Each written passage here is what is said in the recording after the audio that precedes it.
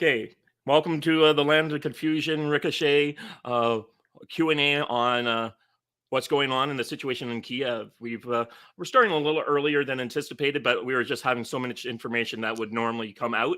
I figured basically start right now. So for those who don't know me, I'm Tory War Writer. I write books about war. And well, not war, articles on war, and I've done some game design. And my most popular game design was called Visgrad 2020, the coming war in Europe, about a hypothetical invasion of Poland in the at that time far off year of 2020. So it's by 2 years and a country. And then this is Mark Lardis, who is known as Sea Writer, and he can tell you his bona fides. Oh, we can't hear you, Mark.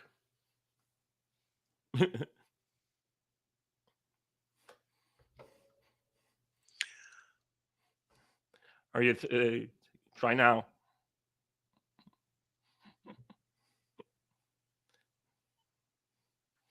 Not hearing you. Well, why don't you tell us about yourself, Clark? Yeah, I'll jump in here. I'm Clark Summers. My Ricochet handle is postmodern hoplite, and I teach at Belmont Abbey College in Belmont, North Carolina. History of Western civilization and international relations of various courses mixed in and out. I spent 30 years in the Army, in the reserve components, Army Reserve, National Guard. Retired as an 06. Went to all of the schools appropriate to that. So I was branch qualified in mechanized infantry. Logistics Corps, and finished my time in the service as a chemical warfare officer, Chem Bio Rad Nuke.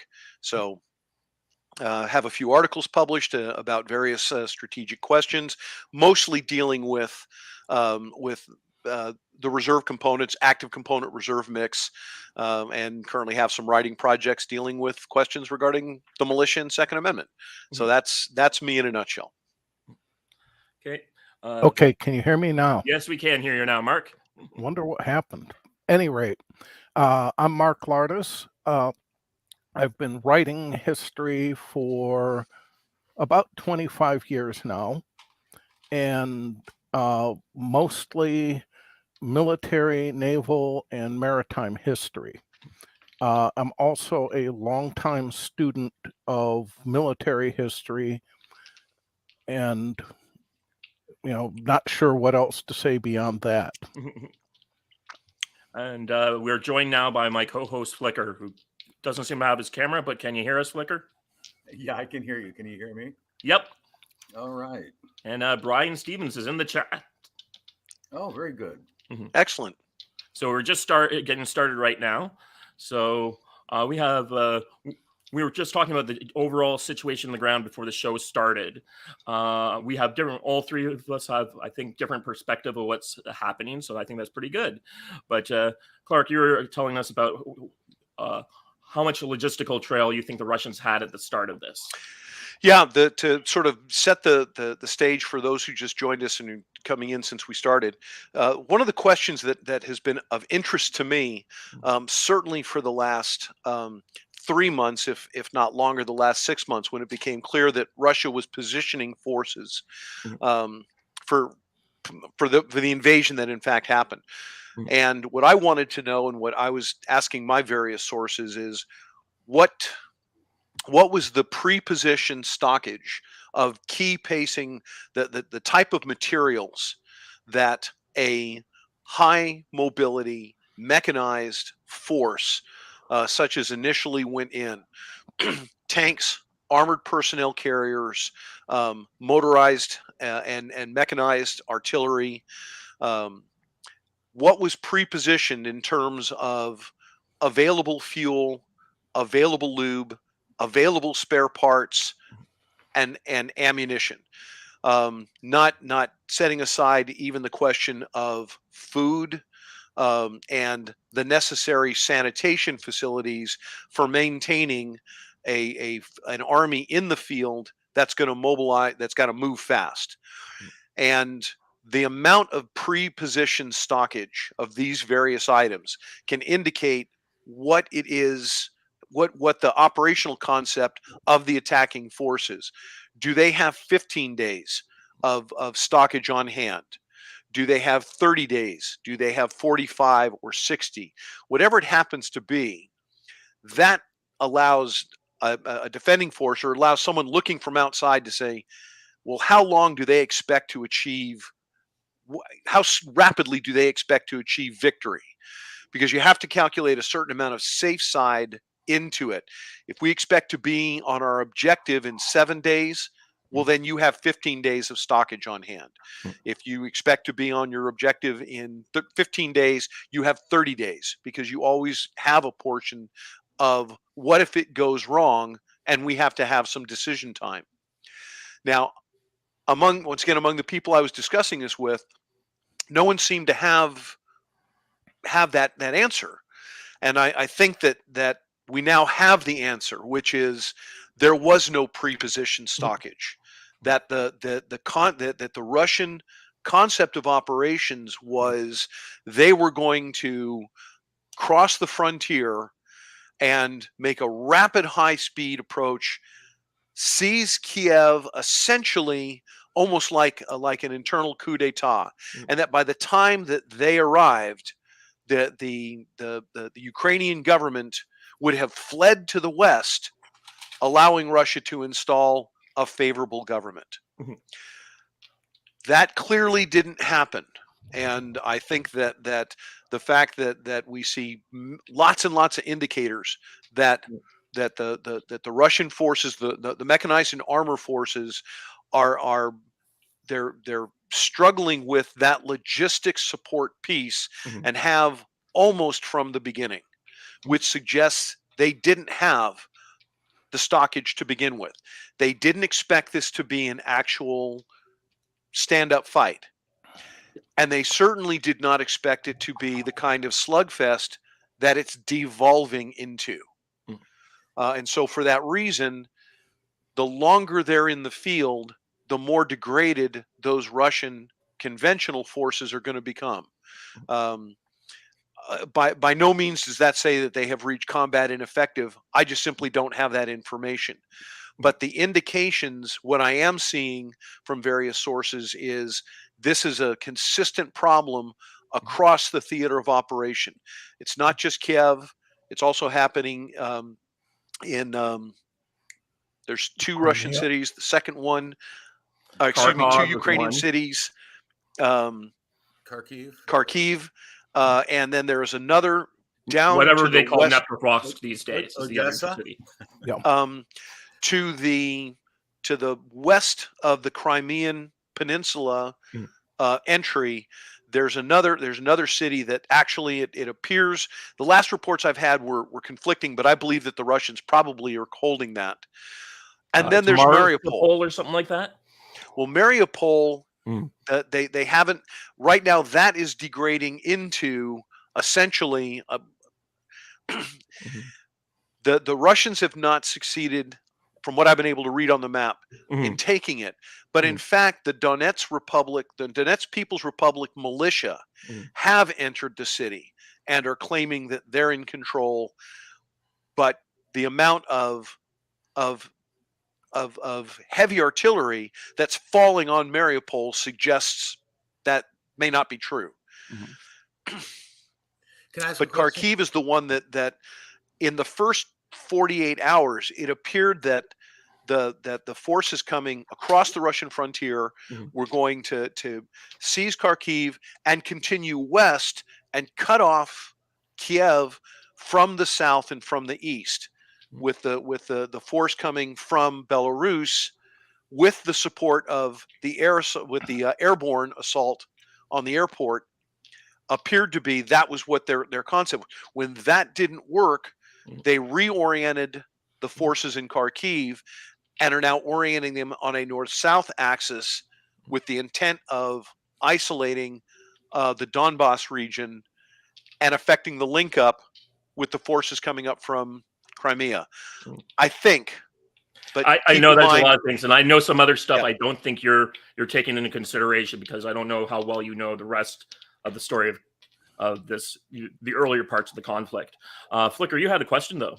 Yeah, just to start off, there are suggestions that the Russians are going deliberately slowly, that they're actually not trying to take a city, but they're trying to get surrender and with the Ukrainian army to lay down its arms and trying not to hurt the civilian populations. And this is why it looks like they're stalling, but they're actually just being Engaging in siege warfare.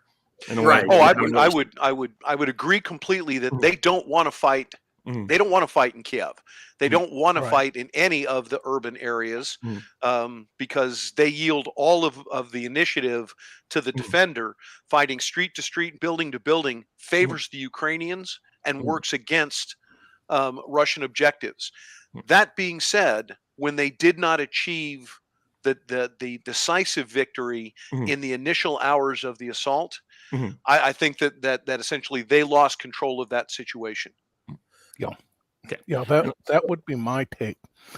The thing is that my belief is that Putin essentially began believing his press clippings. Mhm. He was able to take Crimea without any problem.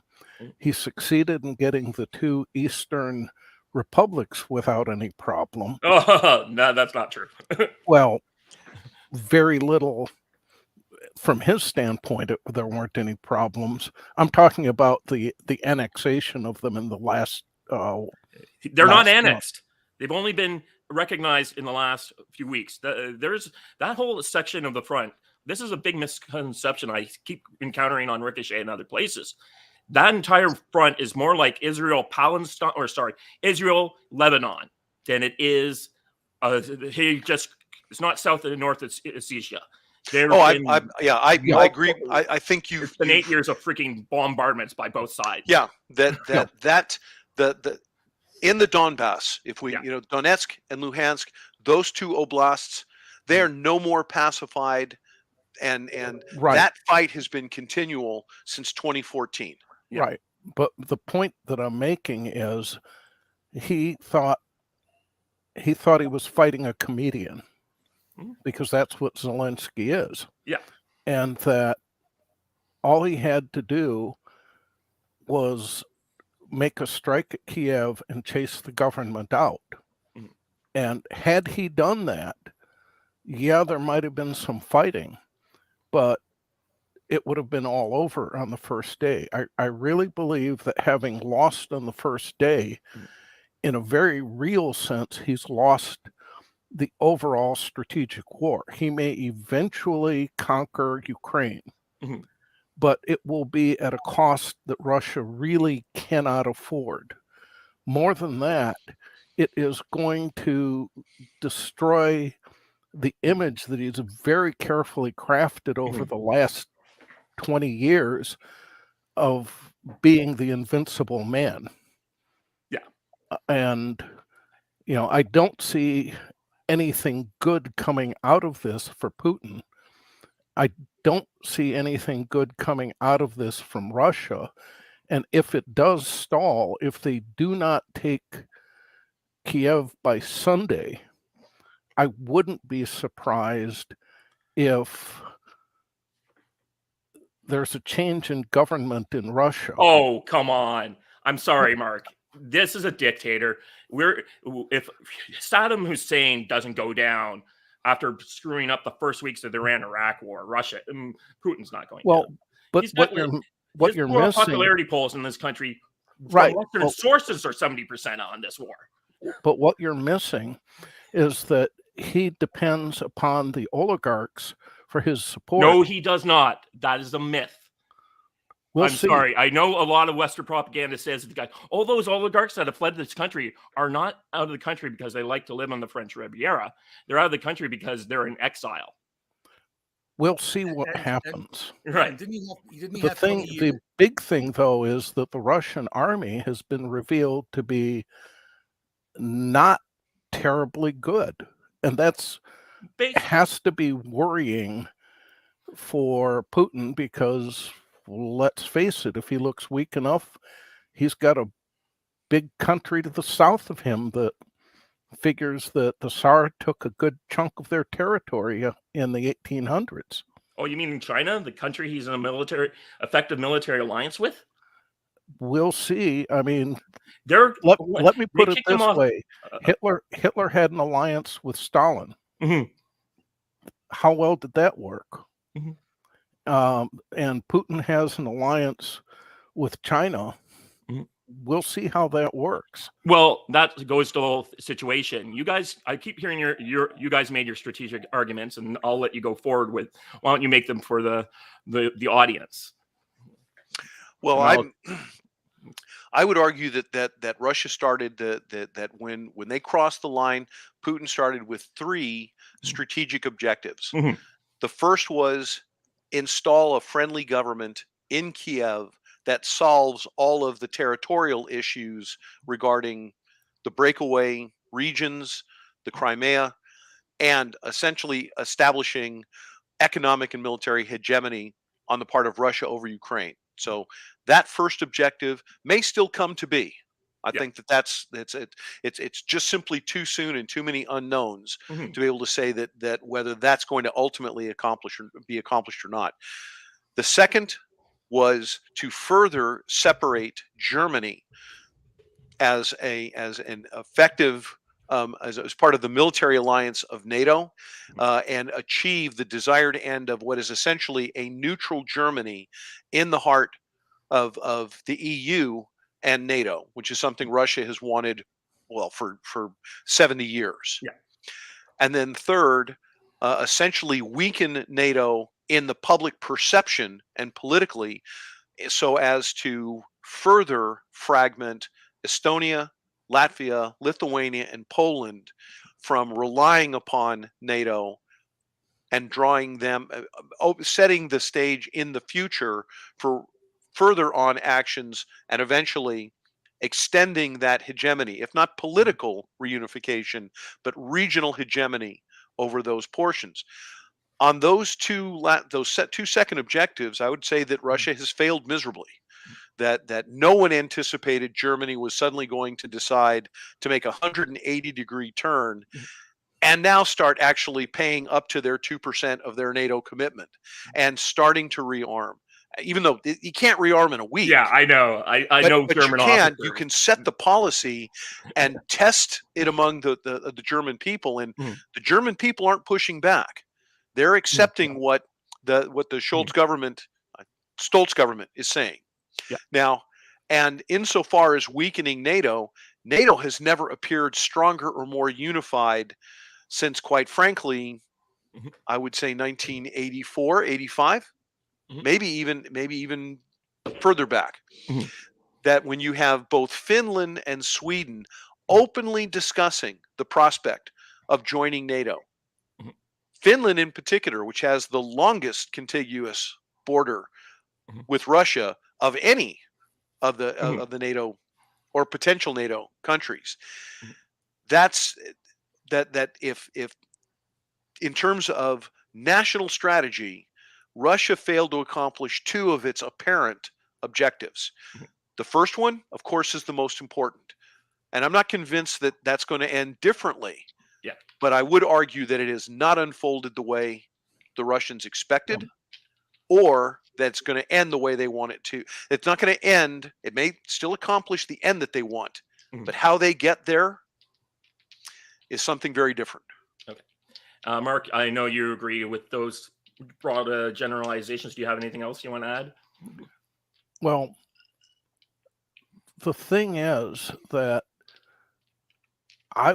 there are a couple of things that are worth looking at. One is the whole collapse of the Soviet Union back in 1991. Mhm. And there are parallels in that you had the communists make a strike at Gorbachev to hold a coup d'etat, and they ended up with the mayor of Moscow resisting it, and of course Gorbachev refusing to be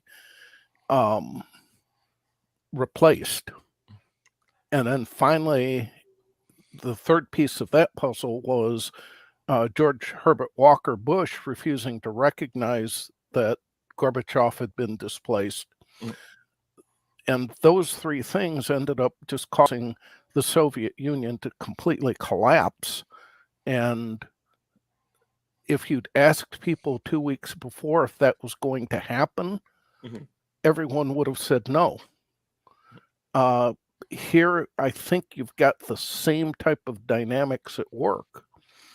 Will it end up having the same type of consequences? I honestly don't know, Mhm. but it has the potential to, because years ago, Bonaparte was telling his foreign minister Talleyrand that you can do anything with bayonets. Mhm. And Talleyrand's response to that was, "Yes, sire, except sit on them." Mhm.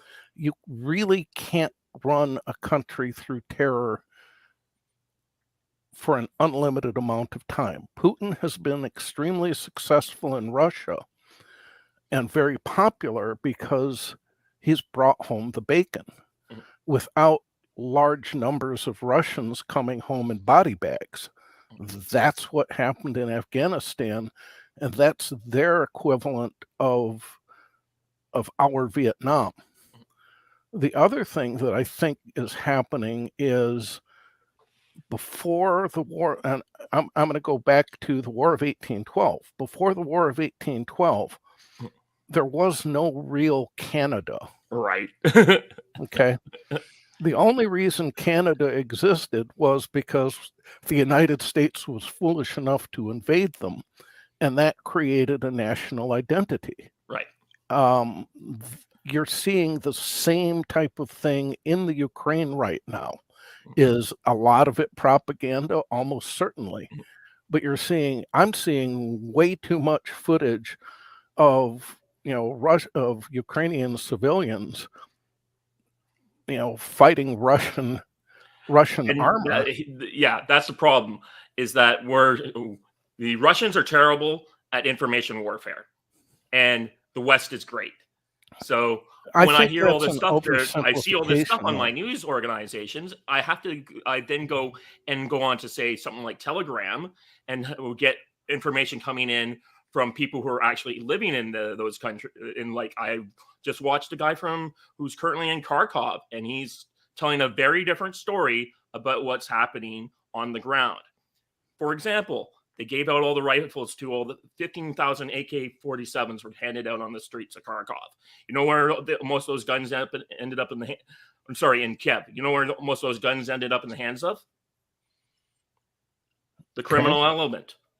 All the gangsters either bought the guns, got the guns, and then started settling scores. But you're not going to be seeing any of that on Western media. And you're not going to see it on the Russian media because they don't know enough to do that kind of stuff. But See, that was a I would US guy, disagree wasn't with it? you on that point. Is that the idea that the Russians don't know how to use information warfare simply is belied by their appreciation and understanding, particularly how to plant doubt, half truth, mistruth. Granted, the Russian tactics in cyber warfare, at least up to the last 6 years. 10 years before that, when cyber warfare was a new thing, they tended to use a sledgehammer approach, where some of our other strategic enemies were very good at using the scalpel. But they showed starting in 2016 that they had learned a great deal. I have questioned. I found it very curious that on a number of the news, the news feeds that I've been kind of touching into, is that you don't see large numbers of Ukrainian soldiers being taken prisoner, being escorted to the rear. And I You don't see don't. that on the other end of things, where the Well, Russian prisoners. you do see it happening from the Ukrainian. Now, Yeah, and I'm now, whether that's all staged, it yeah. may all be staged. However, it does, just the sheer volume alone, if what it has the effect of Mhm. is encouraging the general populace in Ukraine to at least be willing Mhm. to consider standing and fighting if it Mhm. comes to that. Yeah. Yeah. Now, may I ask a again, question? it's far too early for us to Yeah, say that's exactly it. definitively And one that way or was the other. kind of my problem with a lot of people who are saying everything's going on like this. I'm like, you don't have. The thing is, it's just going to keep building, though, Hmm. unless the Russians shut it down and shut it down quickly. And so far, they've been unable to shut it down I don't quickly. think it's not an unable. I think the initial point of the Russian invasion is they decided they wanted to take everything intact. So they left in. So normally we would be seeing like cyber attacks or even destruction of infrastructure, like say America invading Iraq with 30 days of bombardment. But they've decided they thought they could get everything in place, and that meant having to leave the internet up and phones and cable and water and all this stuff up because they wanted to grab everything in that way. So they don't have the ability to shut down things the way we think they could because they chose not to. Chose Can I not ask a to or question? unable to. I'm pretty sure if Russia wanted to blow up buildings, they showed us they had that capability in Grozny. Right? Can This you is hear a me? much larger area than Grozny. No, Grozny is a but pretty the big point's city. well taken. If they wanted, I mean, and that's the question that I have when I look and see the shift in the last 48 hours Mhm. to the shift to indiscriminate use of indirect, so tube artillery and missile artillery, Well, rocket artillery.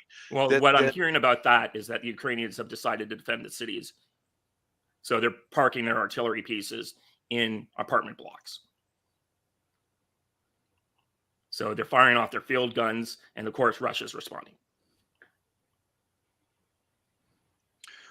But are they doing it are they doing that in such a way that it is part of a combined arms operation that they're using the artillery? Because of course, Yeah, if those are valid targets.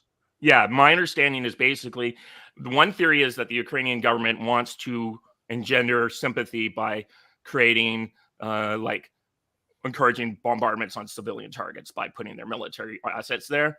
My guess, personally, I think it's just, these guys aren't that very good and don't know not to put their artillery pieces in basically a downtown city block.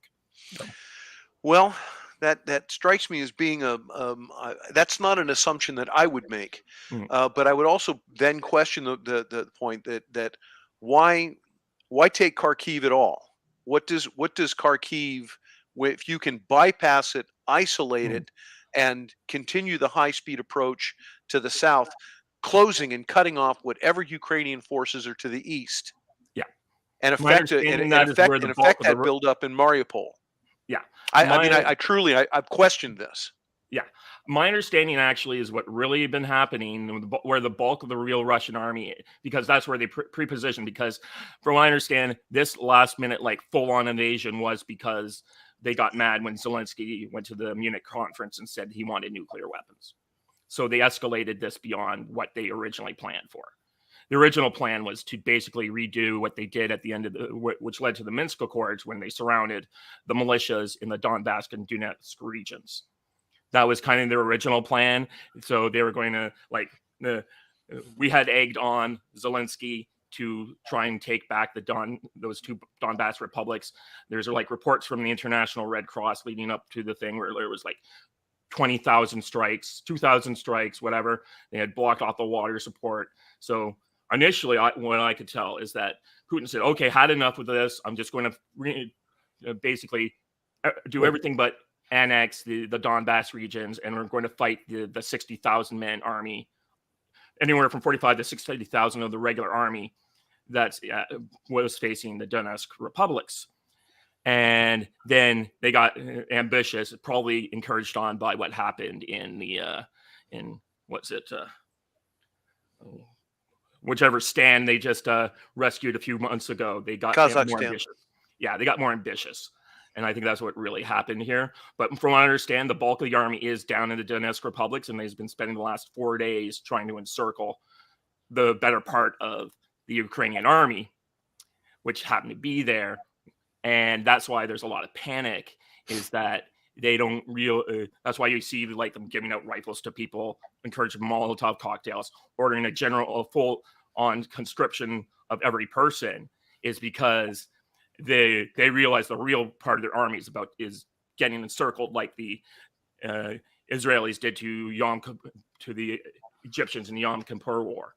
So this cauldron, and that was kind of the big one that I'm hearing about, and it sounds like they just finally managed to capture it today and encircle that major portion of the army. And if that's true, over the next 3 days, you know how long the pocket lasts. We'll see. Yeah. And The thing is that basically what you're telling me is that Putin did this on an ad hoc basis. Yeah. And if so, there's going to be more blowback. Now, there's also part of his strategic aims are a little different, because there's also a lot of other stuff that's happening that most people in the West don't realize that I am hearing about. But basically, there is an attempt to undermine the current U.S.-led global order via Russia and China and India. But that doesn't. That's what happened when they kicked them off SWIFT. Working. Really I don't know. China has their own version of SWIFT. So you guys understand that the level of natural gas, because Europeans have been stupid in their reserves, is down to 10% of their natural gas. Well, I understand excuse me. Yeah. Like they're talking about shutting down the Ruhr because they don't have enough natural gas to keep it going. That's why they were so desperate for Nord Stream 2. There's talk of famine in Europe. Shame they shut down all those nuclear plants. Right? Well, that one thing we did see them say, we're not going to shut down any more nuclear power plants, but it's really interesting to me that the green energy movement really screwed over much of Europe. And if Russia shuts down their natural gas flows, which it seems likely in the long term they're going to do regardless of what happens. But I understand that's one reason why the U.S. has not pushed to extend the economic sanctions to all natural resources coming out of Russia, with the intent purpose of being those sanctions would hurt the EU as much as it would hurt Russia. And that attempting to thread this particular needle means that having to target. It's one reason why the completely shutting Russia completely out of the SWIFT system hasn't been done, because you reach the point of if you have so hurt Russia that now the EU and Russia being so economically interdependent to the point that they are, that we end up hurting the very allies that seem to have finally come around. And of course, everyone is basking in the mutual admiration society of, current global leadership, as it were. Yeah. No, I think certainly this question of, what is Russia going to do long term? Has been meeting the day of the attack. He was meeting with the president of Pakistan. I'm sorry, I didn't hear that. He's been meeting regularly with world leaders. I think the day of the invasion, he was meeting with the president of Pakistan, and Azerbaijan signed a mutual defense alliance. And he's been having heavy diplomatic meetings with a lot of people who don't like SWIFT. And they're looking for they're planning on boosting up the Chinese SWIFT alternative more rapidly than they might have anticipated otherwise. That's why the U.S. Federal Reserve is the number one people trying to stop them from being kicked off SWIFT, because they're trying to undermine the U.S. dollar.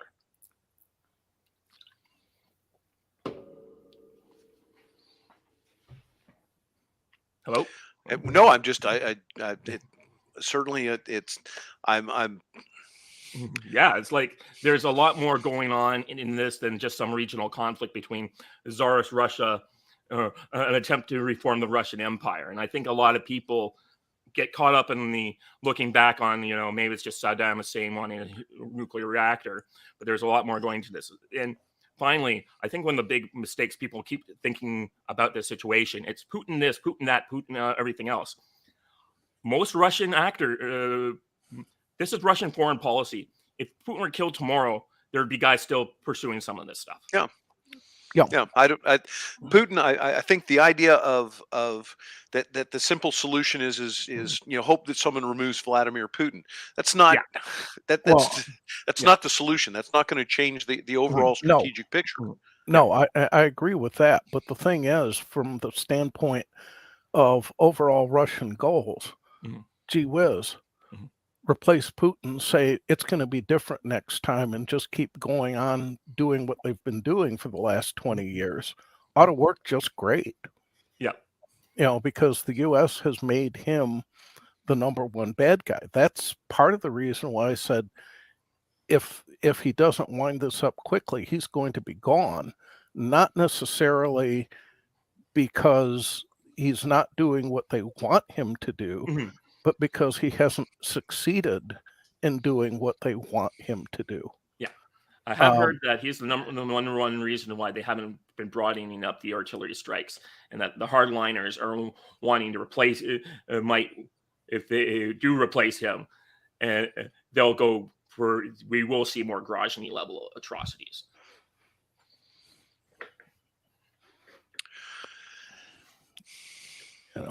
Just saying that's the Mhm.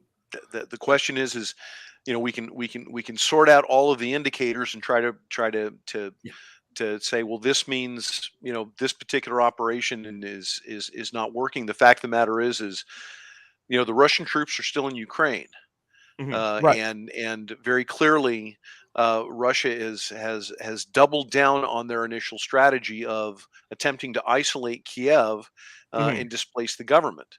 Now, whether that's possible in the sense of so long as the Zelensky government is in Ukraine and Mhm. can still claim how accurate that is or not, but claim to have overall control of the Ukrainian armed forces, then Russia simply hasn't achieved that end.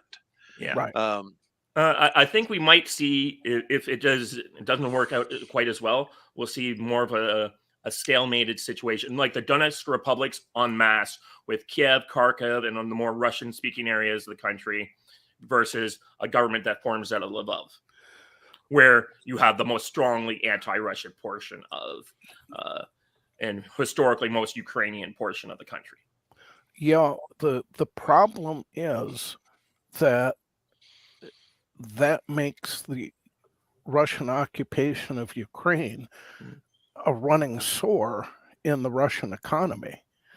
Plus, again, I'm going to go back to Afghanistan. Yeah, but When the Ukraine is not Afghanistan. Okay, like let's remember that as a perspective. right, The Stalin wiped out the Ukrainian resistance in 2 years. Now he was Stalin and he used Russian Soviet tactics, but the winding fields of Ukraine are not the place where I'd want to be a partisan army. well, And we but have you a do lot more have the sophisticated Pipret abilities to close marshes. down borders. You've got the Pipret marshes. You've got some No, pretty. you don't actually. The Pripyat marshes, I looked up last night. They're almost all in Belarus. I think the question though is and it's impossible at this point to predict one way or the other. Mhm. I really can't. Trying to say that Stalin defeated the Ukrainian resistance in 2 years. Yeah. Um, that this is a new generation, Mhm. and one which has the example of a 20-year struggle in Afghanistan True. that said Right. after 20 years the Americans couldn't subdue the Taliban. Mhm. Um, does Russia have the national will to conduct a 10 or 20-year occupation, to hold what they perceive as being their region? Mhm. I once again, I don't know. Yeah. Um, Mhm. The one I thing think I'll say it's is, gonna depend on whether the Ukrainians themselves, as I've said in a number of my Yeah. posts, this is the Ukrainians' fight to make. They're gonna have right. to make it. Mhm. And no outside no outside power turning this into a proxy war is going to achieve that for the Ukrainians. Right. I'm one of the staunchest, opponents of any direct military intervention. They want to Mhm. buy arms, Sell Yeah, them arms. that was me. I'm like, you're like a Russian stooge. I'm like, if they want to buy our guns, I have no problem selling them our guns. Yeah, it's. Um, I do believe that's that does the U.S. have a national interest in preserving international law insofar as Mhm. the use of force for the forceful reallocation of frontiers? Mhm. Absolutely. Yeah. Does the U.S. have an interest in defending international law as it stands, as it stood on February 21st, 2022? Mhm. Yes, we do. Do we have any national interest in a direct involvement, ground troop, air, or sea, in Ukraine? Absolutely not. Yeah. This Yeah. fight has to be, the Ukrainians have to win this fight Right. themselves. Right. And the thing is that this war is not going to be decided militarily. It's going to be decided politically. This is a really good example of what Clausewitz was talking about when he was saying that war is politics by other means. Mhm. And it's going to depend on which side wants to win worse. If, if the Ukrainians are willing to take the casualties to the point where the Russians aren't willing to, the Ukrainians will win. If the Russians are willing to take casualties to the levels that the Ukrainians are not, then the Russians will win. But again, a lot of this is going to be decided politically as well as militarily. I think people are making a mistake when they're just looking at the armies and treating this like a war game. True. There were a lot of dynamics going on at the beginning of the American Civil War that could have tipped the balance one way or the other. Had the Confederates not invaded Kentucky, Mm. it's possible that state would have joined the Confederacy. Certainly, they were armed neutrality was basically their plan. Exactly.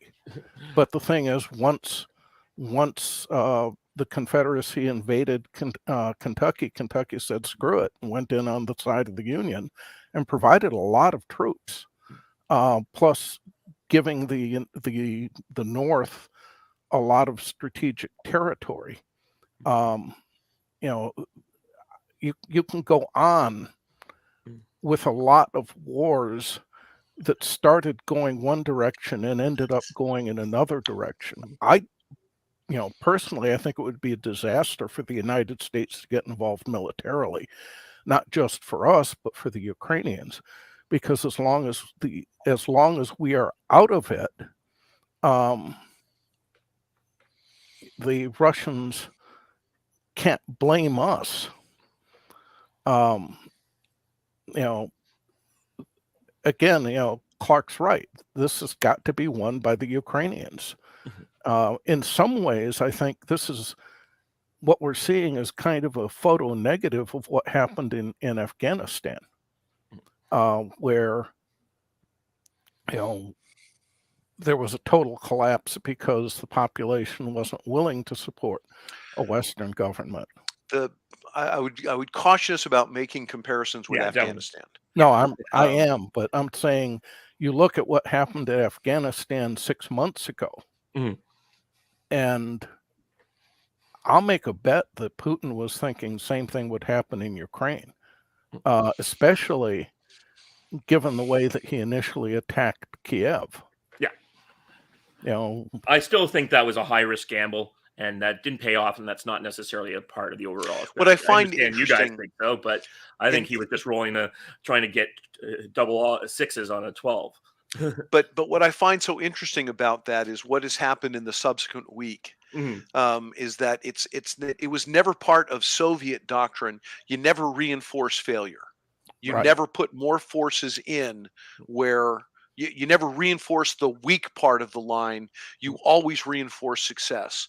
Right. When the initial high speed approach combined with the airborne assault failed, they lost the airport. They did a second assault, lost that one, but the more committing, more and more, it almost begins to look like like Market Garden. Why in the world are you pouring more forces? And even though the Ukrainians don't have the air power to take advantage of all of these vehicles stacked up for 40 miles, Right. the fact is that they're still they're not moving fast enough or coherently enough, and on such a narrow front that they're taking losses without achieving Mm. their operational or tactical Now, have we objective. actually seen losses on that convoy, or are you just assuming that the Russians are taking overall losses? Well, we know that there are light arms fire. There's units that are getting parsed out, separated out. Now, these are still maybe too small in number to change the overall strategic picture. Mhm. But what they're revealing is that the Russian soldiers themselves, at least those who have been shown up as POWs, Yeah. perhaps this is all information operations, Mm. but that the fact that the logistics support has not been robust enough to ensure operational momentum. Yeah. My theory is that yeah, it's they were prepared to do what I'm hearing that's happening near the republics, but they weren't prepared for a larger operation. So And so we'll see. My But- guess is if they succeed in cutting this off, we'll have some sort of negotiated settlement. And I keep seeing people like John Gabriel was saying we need to give these guys an off ramp. I know the off ramp. Just to recognize they should have the Crimea and tell Putin he's got to resign. we shall see. I Yeah. think Yeah. the problem with that is China, and we've kind of danced around China. Mhm. We've talked about the desire for that China would like to establish a competing monetary exchange system, a global monetary exchange system that cuts out the U.S. and eliminates the reliance upon the U.S. dollar. Mhm. Very true, all of that. Mm. The problem is that Ukraine almost has presented China with two competing. Oh yeah, Um, that's the that on the one hand, Russia claiming the Crimea and acting swiftly to essentially divide it from the rest of sovereign Ukraine. Hey, that looks good if you're looking at that as a model for Taiwan. Yeah, Mhm. that looks good. However, recognizing breakaway republics that then change sovereignty on the basis of self-determination, that doesn't support Oh what, yeah, and then that's the China's thing. argument. So Yeah. China has to decide which of the two do they want affirmed. That if Russia is going to end up with all three, Luhansk, Donetsk, and Crimea, I'm willing to bet that China is not going Oh yeah, to. no. My suggestion about Crimea is like this is like he's totally lost, or that's like his the escape ramp that people suggest he needs to get, the fig leaf he needs to say that he got something for this if this is truly a failure. Give him what everyone like. The fact is, Crimea should never have been a part of Ukraine. And after what the Ukrainian government started to do, I understand they separated from the Soviet Union at 90% population, but I know what the Ukrainian government has been doing to the people, to Russian people in their country, and it's not pleasant.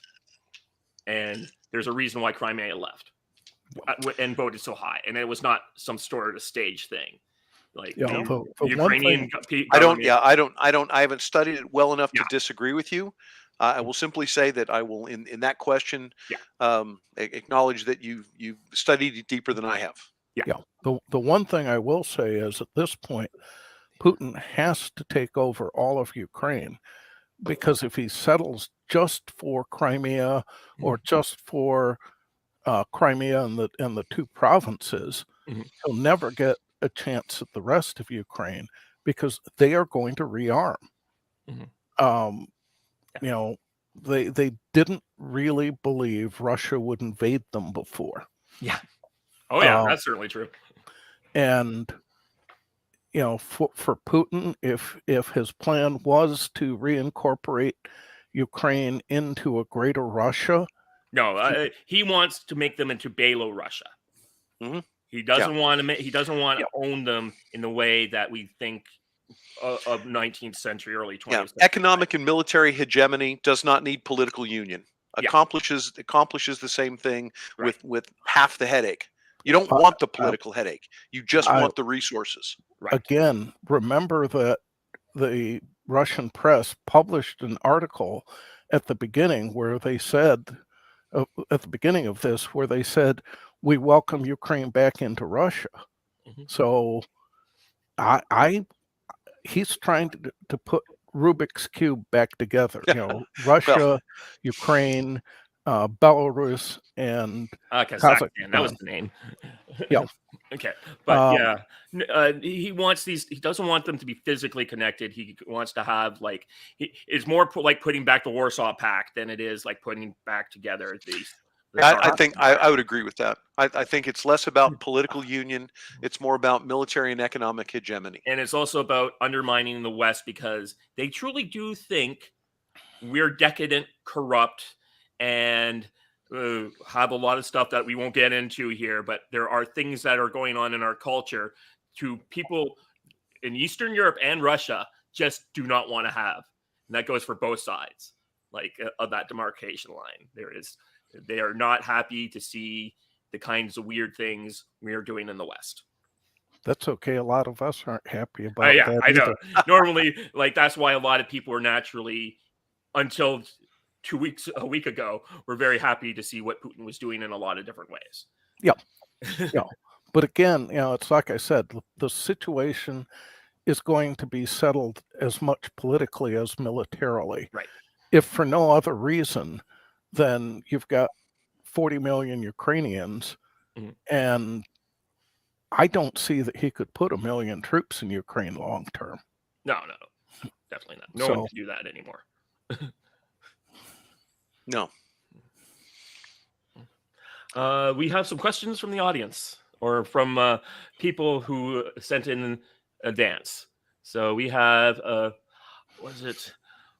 I think we already kind of covered it, but Western Chauvinist was thinking that this is like Putin didn't look so good and his health is bad. My understanding is before he went and did the State of the Union, that particular State of the Union, he and Macron were drinking till 2 a.m. Sounds very Russian. Right. Yeah, I would have to say I have no insight on that. Yeah. It once again interesting but peripheral. Yeah. What do we got here? E-Herring, I asked to possibly join us because she's like former Air Force colonel. Yes. She says there's a massive propaganda campaign going on, ongoing, unlike anything I've ever seen before because of the added power of social media. Reminds me of Tokyo Rose, only with greater reach. Unlike World War II, it doesn't seem to be aimed at the enemy troops, but at the Ukrainians, other countries, and Ukrainian fighters. Nothing you can see on Twitter can be trusted. That's certainly true. Other than when the debunking, that seems to be true. Well, if something seems too good to be true, it's not. I mean, the whole story about the Ghost of Kiev, I saw that and just laughed. Yeah. I missed that one. It's like I guess I'm not paying attention to the right social media sites. So the Ghost of Kiev was a guy. They were claiming that this Ukrainian fighter had shot down 5 Russian fighters in 2 days. Turns out it's from a video game. Right. Yeah. I as I say, I missed that one completely. I guess I'm something of a social media Luddite. Right. I'm a lunkhead. But I think her more point was, I just don't know what is really happening. Heck, with all the small jets I saw leaving Kiev, I'm not even sure Zelensky is still there, despite videos claiming he is. Personally, I think he's in Lvov. The impact of the invasion will affect all of us. Energy impacts are obvious. There are subtle ones. The cruise industry will suffer. Ships have multinational crews, including Ukrainians. Apparently, there have been verbal fights on the International Space Station. Her theory is NATO will temporarily boost spending, then look for any ways to excuse returning to their cheap ways. Probably. Don't know. I do not expect this $100 billion from Germany to last more than a couple years. But I would say that if it doesn't last, it doesn't last. It's better, you know, but the simple fact that they acknowledged it, Right. the simple fact that they made a public statement and a public commitment, Right. whether whether those euros ever actually get spent Mhm. is that's the kind of speculation that 6, 12, 18 months down the road. Mhm. It's Right. within the context of right now that Germany did not in fact serve as the bridge to peace between Russia and the EU that I think was hoped for Mhm. and anticipated. Yeah. And that the 180-degree public shift on the part of Germany, particularly considering that the Social Democrats are the ones who currently hold the chancellor's seat. And this really is this is a complete reversal of the entire Ostpolitik Mhm. concept that they've been pursuing, quite frankly, since Gerhard Schroeder. The thing I'll say is it's likely to continue if the Russians win in the Ukraine. Yeah. Because then it's going to be scary enough that they're going to build up their armies. The other thing that's worth saying is the Russians are not 10 feet tall and bulletproof. Right. Putin has a lot of Putin's success has been based on bluff and things like getting the Nord Stream pipeline and killing the Israeli pipeline. And it would not surprise me that most of the Green Movement is being funded by Russia and by the OPEC nations. That was always the theory here in Canada when they were killing the pipelines. It then turned out it was actually America. You know, your Tides Foundation, your Rockefeller Foundation, all these big groups doing nefarious things for their agenda. I was like, oh. Anyways, we do have a question from CT Law here. And he was asking us, let me see. He was asking about the NATO jets that look to be on offer from some of the they had some of these countries like Poland and Slovakia and Slovenia had a bunch of MiG-29s that they were going to offer to fly in. From my understanding, that offer has been rescinded, and it looks like the politicians were writing checks that their generals told them didn't work.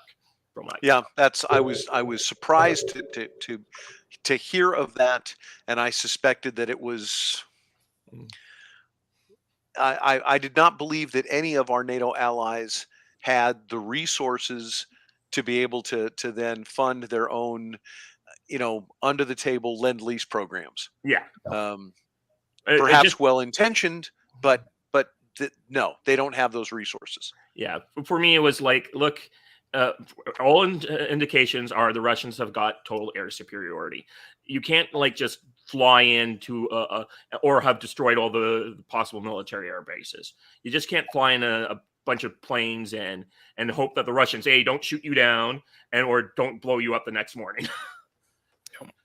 Although I have to wonder how total Russian air superiority is, just from the standpoint of them keeping enough airplanes flying.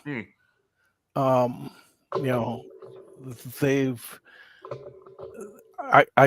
believe that the reason it took them so long to do that is that they've got a lousy operational ratio, and I can't see it getting better with their planes being flown a lot. It looks like their planes only fly now when there's an actual threat, and they're using their helicopters to do anything. Those are getting shot down. Are they? I've seen videos of them hitting the water. Yeah, but maybe some of the one videos that I've seen of things getting shot down turned out to be video games, or from things from 5 years ago. There's like there was like a one of like some plant exploding. Turns out it was from China 5 years ago. Like there's a lot of I just don't believe everything that's being told out there. I don't. We'll know shortly in a few weeks. We will know. Yeah. I think that's there you hit the key. Yeah. Is I disbelieve 50% of everything that I see. But the 50% that I am seeing and isn't being countered by effective Russian counter propaganda suggests to me that there may be a kernel of truth there. Now, I'm not prepared to commit one way or the other than to say every day that passes that Russia isn't able to essentially unequivocally say we have achieved tactical victory, works to the Ukrainians' favor. Yeah. That That being when you're said, guys, it took Hitler 35 days to conquer Poland. We're 1 week in into a struggle that I expect is at least 2 or 3 weeks in. Oh, I agree with you. I think we're looking at several more weeks. The one observation I would make with regarding Hitler in Poland and Hitler in Belgium is that the vast majority of the Wehrmacht at that time was either on foot or being pulled by horses.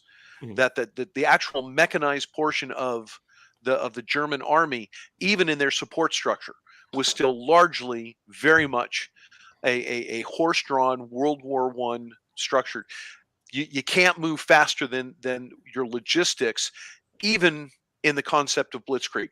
But you're absolutely right that that Russia has shown that it can strike on either side of the operationally significant terrain of Ukraine. The fight is happening in Ukraine. It's not happening on the other side of the Russian frontier. Right. And nor is it going to. Yeah. I mean, just one counterpoint. How long did it take you guys to get from Kuwait to Baghdad? Let's say 2 21 weeks. days, if I remember correctly. Yeah. Oh, I'm Yeah.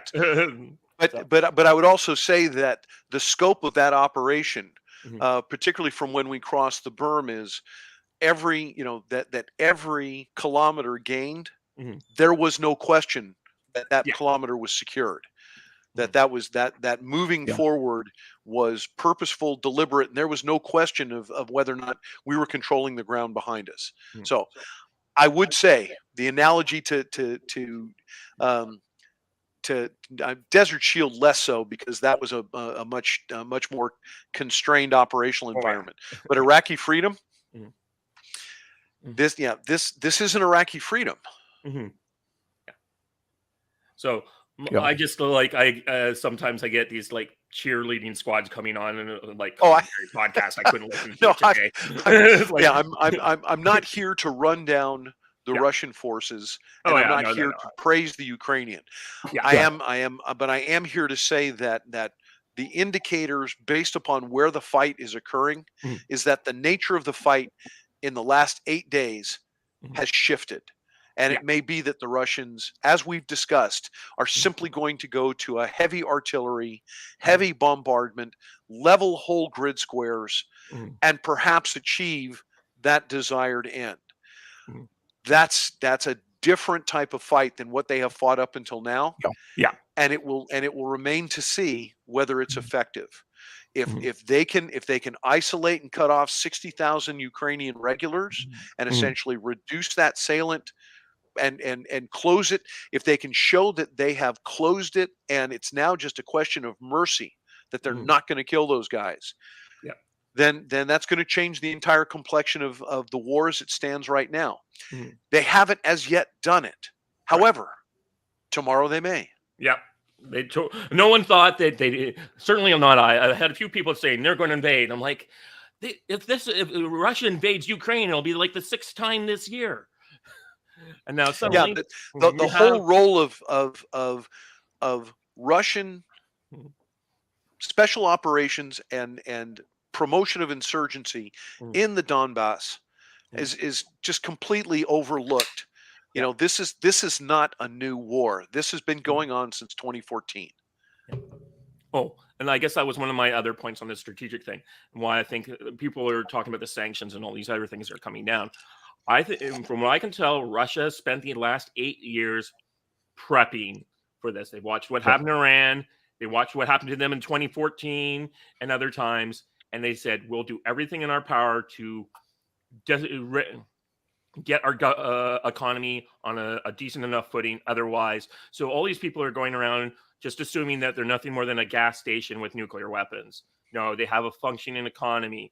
They managed to, despite all the economic attacks that we saw yesterday with all the sanctions, they actually stabilized the ruble at a much reduced rate, but it's stabilized. They have 20% interest rates. If I could get money into their economy, I would. I'm sorry. It's just the fact that no one has been able to, you haven't seen an interest rate in this country since the 1980s. Well, it depended on which side of that 20% or 17% you were and getting. they have developed their own microelectronics industry. The Russian army relies on chips made in Russia. They have, so they're not as good. They're certainly not as good as anything in America or even China is going to have, but they've developed their own industries. They've made themselves they've tried to go to making themselves as much self-reliant as they can, and anything else they're going to get from India or China. And they are now, if they do take Ukraine, they will be have one of the largest wheat markets in the world. Yeah, they'll be food self-sufficient. And oil self-sufficient, and it'll be years getting ourselves out of this mess that we've gotten ourselves into. Oh, it'll be more than years. We can't even start till 2024. Yeah. 2025. True. Yeah. And that's something I just see when all the cheerleaders start talking. I'm like, guys, you have no idea how bad this is going to get. When they're talking, if the Russians could be getting with this conflict with Russia and all the other things we've done, we could have 15% inflation. And like I said, famine in Europe. Like, this is not, we're going back to the 70s at best. Well, on that happy note, did we have anyone else who had a question that they wanted to throw out? I'm just going to double check some stuff here because I think we covered a lot of the other questions. So, like, I wouldn't want anyone who's been patient to feel like we didn't get to their question. Oh, so Jerry Giordano, he was asking, do you think that Kiev is going to be like a lot of the assault and encirclement stuff that we've already kind of think? And he had a lot of technical questions about, like, what do we think the kill ratio to be inflicted by Russian forces on such irregular Ukrainian forces? I don't think that's really a question we can. I simply couldn't. I don't have the data to even hazard a guess. Yeah. I'm sorry, Jerry. That's completely outside my realm of my range of experience or my studies. I continue to believe that Russia will seek an encirclement, cut off the city of Kiev, and then not set one foot in any further than they feel they have to, simply to keep the city isolated. They don't want to get into an urban fight, and they're not going to go there. I could be wrong. I've been wrong about a lot of things in life. I will say that if the commander on the ground, I would no more go into Kiev and fight for the city itself if I could isolate it. And cut it off from food for 3 days. Spearhead coming out from the northeast was actually originally headed not south, but headed to try to cut off to encircle Kiev. The one thing I'll say is the worst mistake the Russians could make would be to try and bulldoze into Kiev or into Kharkov. If they do that, I don't care how many troops they've got, they're going to lose the war. Well, I noticed that in the first 48 hours, they actually penetrated all the way down, and they were, at least from the maps I was seeing, were actually had not to they hadn't really bypassed Kharkov, but they had in fact, that they had progressed beyond it, and then those lines seemed to fall back. Now that may have been purposeful and deliberate as part of the light hand strategy that they were employing. That would certainly make sense. But as has been observed in the past, it's awful hard to pay for the same ground twice. Right. Plus, I don't have much confidence in the Russian logistics. Well, that goes back to the original question we were talking about when we started. I remain eager to learn what those pre-stockages were, and if so, how deep are they into their operational reserve insofar as their logistics is concerned. I'm stunned that no one seems to be asking this question out in the public sphere. I'm not, because I just know that the public sphere is full of people. Unfortunately, the same people who've been running our media organizations for the last 2 years, through COVID, through Russiagate, through all. We are not dealing with intellectually smart people, sadly. Does that mean that they don't know to ask, or it means that they don't care? I once again, I'm not meaning it's to more split hairs. don't know to ask because they don't think that's important kind of stuff. They're much more happy to see pictures of like people like putting together their Molotovs and like that kind of stuff. But yeah. The thing is, the only time those Molotovs are effective is if the Russians are foolish enough to go into a city. Yeah. So that's why I'm saying that if they did that, then all of a sudden those civilian irregulars start playing a very, very important role. The other question is, how much supplies can the Russians get into the Ukraine? One of the things about both Desert Storm and Iraq in 2002 was we had really magnificent logistics. Going back to Desert Storm, one of the reasons that we were able to do that big wide move through southern Iraq was because all of the ex-Warsaw Pact nations provided tank transporters. Mm-hmm. So we could just move the tanks wherever we wanted to. Right. And we had the oil true. to do that. Now, the question is, does Russia have that kind of a logistics system? I don't think so. I think they have trucks and other vehicles, but that's also another problem of why they're taking so long to get anywhere. Right. Is that they're driving their tanks on roads and they don't have the tank transporters. Get them somewhere and then unload them and get them going. Right. And the thing is that if you run a tank long enough, you don't need for it to get hit by a javelin missile. Right. And that's why I think some of these images of tanks abandoned along the sides of the roads. I've watched the Battle of the Bulge movie a few times. I know how that goes. Yeah. But that's important. Mm-hmm. And the reason why we made it look so easy is because we pay attention to logistics. Mm-hmm. I'm not really sure the Russians do. And if you're correct that this was a last-minute decision on the part of Putin, then no, they didn't have the logistics to pull it off quickly. The idea of having all of those combat forces, all of those battalion combat, I forget the nomenclature they use, tactical groups, the battalion tactical groups.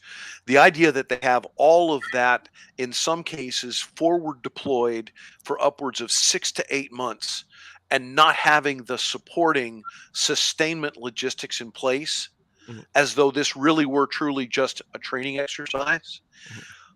Just, if I look dumbfounded, but aside from the fact that I normally look like this, but this time I really mean it. Yeah.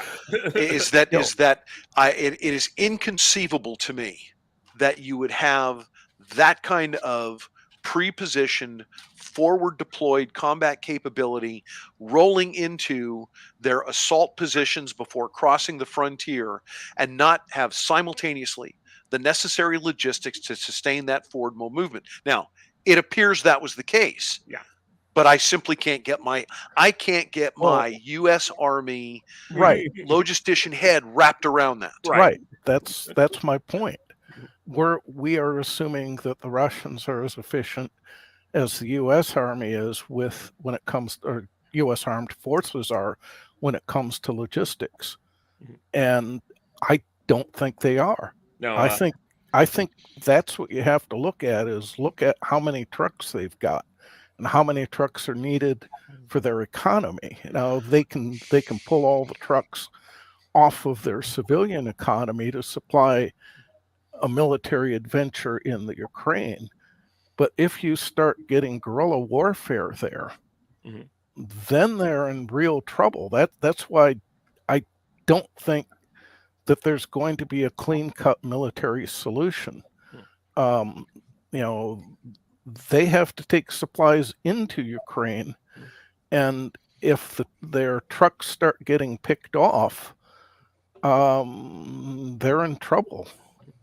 And you know, there's a wide open border between Ukraine and Poland, so it's not like they can seal off. Oh, I don't know about that.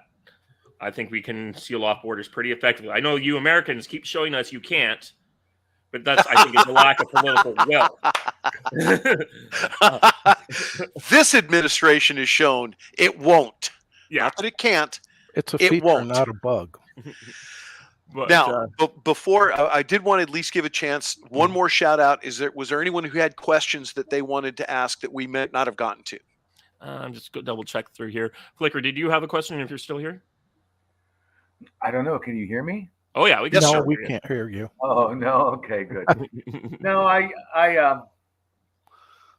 no. My questions tend to run more toward the political side. The U.S. How it is that the playground, the pay-for-play playground of Ukraine, has been, I think, manipulated into a war with Russia. But I think that's a different conversation.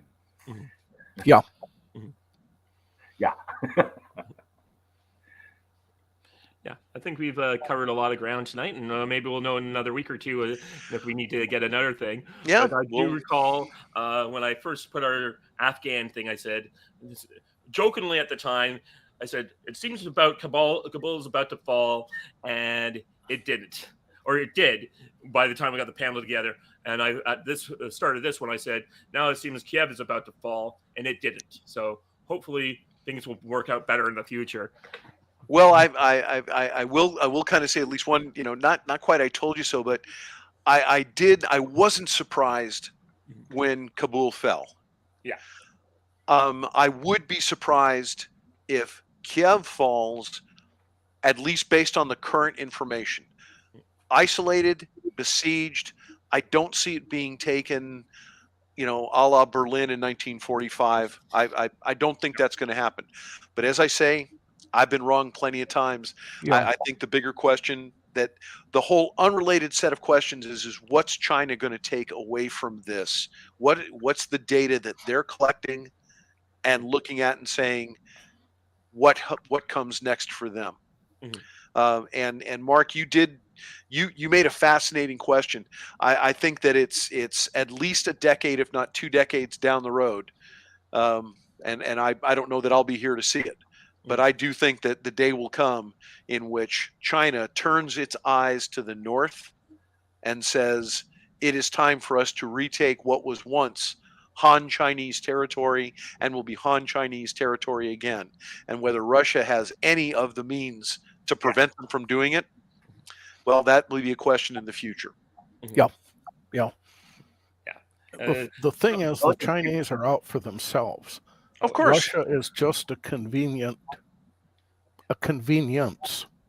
I was going to say seeing it in that light, ally. China's actions make much more sense. And They already offered to negotiate. the economics involved between Russia and China is China holds all the cards. Russia is basically going to be working with the yuan. So 20 years from now, it's quite possible that China can freeze Russia out. Possibly, but China has its own demographic problems. Yeah. And China is a lot more fragile than most people give it credit for, just due to the demographics. Yeah, I think you're right, and the word I would use is brittle. But I understand what you're saying and agree with you. Yes.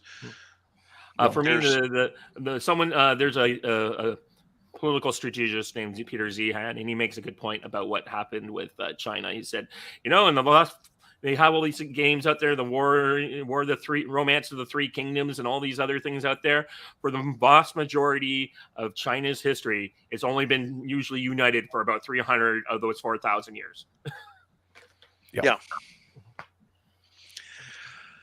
Well, gentlemen, this has been very enjoyable. I always enjoy your company, enjoy the conversation. I always learn a lot, when we have these conversations. So Mm. if there's no other questions from any of the Ricochet out there, then perhaps we can call this a night.